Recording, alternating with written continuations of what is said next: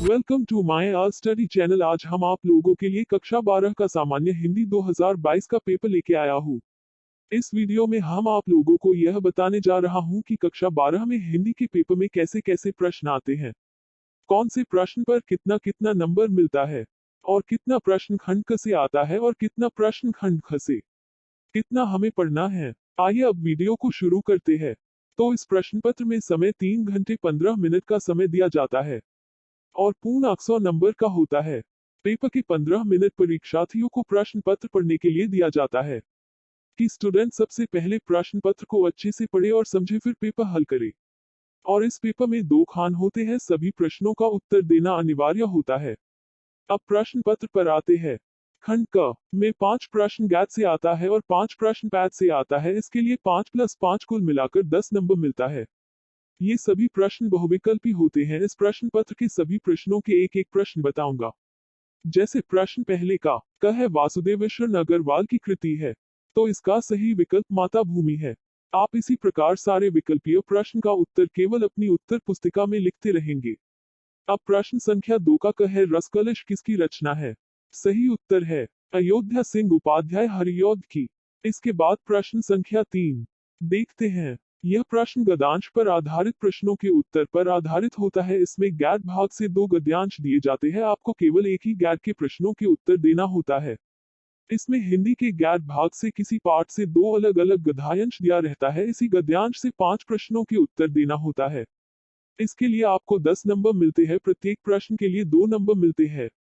अब हम प्रश्न संख्या 4 पर आते हैं। यह प्रश्न हिंदी के खंड ख के पद्यांश पर आधारित होता है। इसमें आपको 2 पद्यांश दिए जाते हैं। इसमें 5 प्रश्न हल करने होते, प्रत्येक के लिए 2 नंबर मिलते हैं। कुल मिलाकर 10 नंबर मिलते हैं। अब हम प्रश्न संख्या 5 पर आते हैं। इसमें प्रश्न क और प्रश्न ख होता है।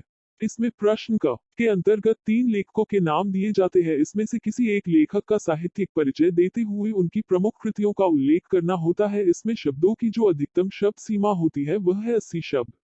इसके लिए आपको 5 नंबर मिलते हैं। जैसे दिया गया है वासुदेवेश्वर Agarwal, doctor Hazari Prasad Dwivedi, doctor APJ Abdul Kalam. इसमें से किसी एक कवि का साहित्यिक परिचय देते हुए उनकी प्रमुख कृतियों का उल्लेख करना होता है। इसमें भी शब्दों की अधिकतम शब्द सीमा 80 शब्द है। जैसे मैथिली शरण गुप्त, महादेवी वर्मा, सच्चिदानंद हीरानंद वात्स्यायन अज्ञेय। अब अगला प्रश्न नंबर 6 पर आते हैं।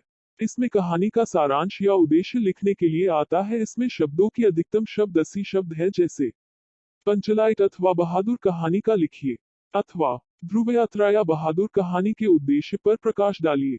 इसके लिए आपको 5 नंबर मिलते हैं। अब इसके बाद प्रश्न संख्या 7 पर आते हैं। इस प्रश्न के अंतर्गत आपके जिले में जो खंड काव्य आता है उसी को पढ़कर उसका उत्तर देना होता है। प्रश्न है कि स्वपाठित खंड काव्य के आधार पर किसी एक खंड के प्रश्न का उत्तर देना होता है। इसके लिए शब्दों की अधिकतम शब्द सीमा 80 शब्द है। अब खंड ख आता है। प्रश्न संख्या 8। इसमें क और ख 2 प्रश्न होते हैं। प्रश्न क के अंतर्गत हिंदी के संस्कृत भाग से किसी पाठ से 2 संस्कृत गद्यांश दिए होता है। दोनों में से किसी एक को ससंदर्भ सहित हिंदी में अनुवाद करना होता है। इसके लिए आपको 7 नंबर मिलते हैं। अब प्रश्न ख के अंतर्गत संस्कृत में से 2 संस्कृत श्लोक दिए जाते हैं। इसको ससंदर्भ सहित हिंदी अनुवाद करना होता है। अब अगला प्रश्न नंबर 9 पर आते हैं। इस प्रश्न पर आधारित मुहावरों और लोकोक्तियों में से किसी एक का अर्थ लिखकर अपने वाक्य में प्रयोग करना होता है। 4 में से किन्हीं एक को करना होता है। इसके लिए आपको 2 नंबर मिलता है। अब प्रश्न संख्या 10 पर आते हैं। इसके अंतर्गत प्रश्न क और प्रश्न ख दिया होता है। प्रश्न क में 3 बहुविकल्पी संधिविच्छेद दिए होते हैं जिनका सही उत्तर देना होता है। इसके लिए आपको 3 नंबर मिलते हैं, जैसा कि आप लोग प्रश्न पत्र में देख रहे होंगे। अब प्रश्न ख पर आते हैं। इसमें 2 प्रश्न देता है और दोनों बहुविकल्पीय होते हैं। इसमें शब्दों की विभक्ति और वचन के अनुसार इसका उत्तर चयन करना होता है। इसके लिए आप लोगों को कुल मिलाकर 2 नंबर मिलता है। अब हम प्रश्न संख्या 11 पर आते हैं। इसमें प्रश्न क के अंतर्गत 2 विकल्प पूछता है और दोनों में शब्दों का सही अर्थ चयन करना होता है। इसके लिए आपको कुल 2 नंबर मिलते हैं। आप लोग क्वेश्चन पेपर को देखते रहे और कौन से प्रश्न पर कितना नंबर मिलता है अपनी कॉपी में के नोट बना ले। चलिए अब अगला प्रश्न संख्या ख पर आते हैं। इसमें भी आपको केवल शब्दों में से किसी एक शब्द के 2 अर्थ लिखना होता है। इसके लिए आपको 2 नंबर मिलते हैं। अब प्रश्न संख्या ग पर आते हैं। इसमें दो विकल्प पूछता है, दोनों का उत्तर देना होता है। प्रश्न है कि वाक्यांश के लिए एक शब्द चयन करके लिखिए, इसके लिए आपको कुल 2 नंबर मिलते हैं। अब प्रश्न संख्या घ पर आते हैं। इसके अंतर्गत 4 प्रश्न पूछे जाते हैं, लेकिन आप लोगों को केवल 2 प्रश्नों का उत्तर देना होता है। इसमें 2 वाक्यों को शुद्ध करके लिखना होता है, इसके लिए आपको कुल 2 नंबर मिलते हैं। अब हम प्रश्न संख्या 12 पर आते हैं।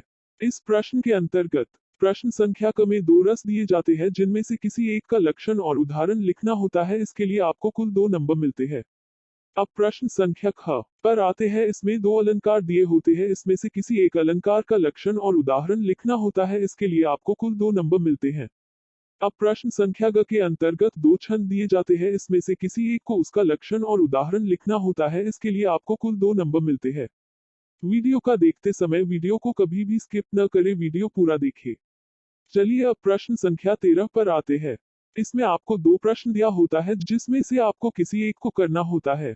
इसमें शाखा प्रबंधक से ऋण लेने के लिए एक आवेदन पत्र लिखना होता है, अथवा लिपिक के पद पर अपनी नियुक्ति के लिए किसी विद्यालय के प्रबंधक को एक आवेदन पत्र लिखना होता है।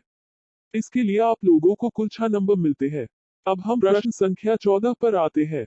इसमें 5 प्रश्न दिया होता है, इसमें से किसी एक को अपनी भाषा शैली में निबंध लिखना होता है, इसके लिए आपको कुल 9 नंबर मिलते हैं। इसी के साथ अब हमारा ये हिंदी का प्रश्न पत्र समाप्त होता है।